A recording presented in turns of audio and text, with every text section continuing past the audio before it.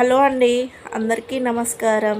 Welcome back to మన YouTube channel అండి.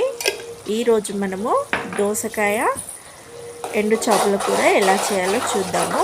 ఎండు చేపల కర్రీ అంటే అందరికీ ఇష్టమే కదా. ఇలా దోసకాయ వేసి చేశారనుకో చాలా రుచిగా ఉంటుంది. ఓకేనా. ఇంకా మన వీడియోని ఫస్ట్ టైం చూసినట్లయితే సబ్స్క్రైబ్ చేయండి. వీడియో మొత్తం చూడండి. వీడియో మొత్తం చూసి ఎలా వచ్చిందో కామెంట్ చేయండి. మీ ఇంట్లో కూడా ట్రై చేసి అయితే నాకైతే చెప్పండి. ఓకేనా.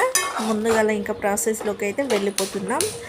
ముందుగా మనము స్టవ్ అయితే వెలిగించుకోవాలి. స్టవ్ వెలిగించుకొని ఒక 100 గ్రాముల వరకు ఎండు చేపలని వేయించుకోవాలి. ఒక ప్యాన్ పెట్టుకొని ఎండు చేపలని వేయించుకోవాలి. ఒక 3-4 నిమిషాల పాటు మీడియం ఫ్లేమ్ మీద వీటిని వేయించుకుంటే ఇందులో ఉండే పచ్చి వాసన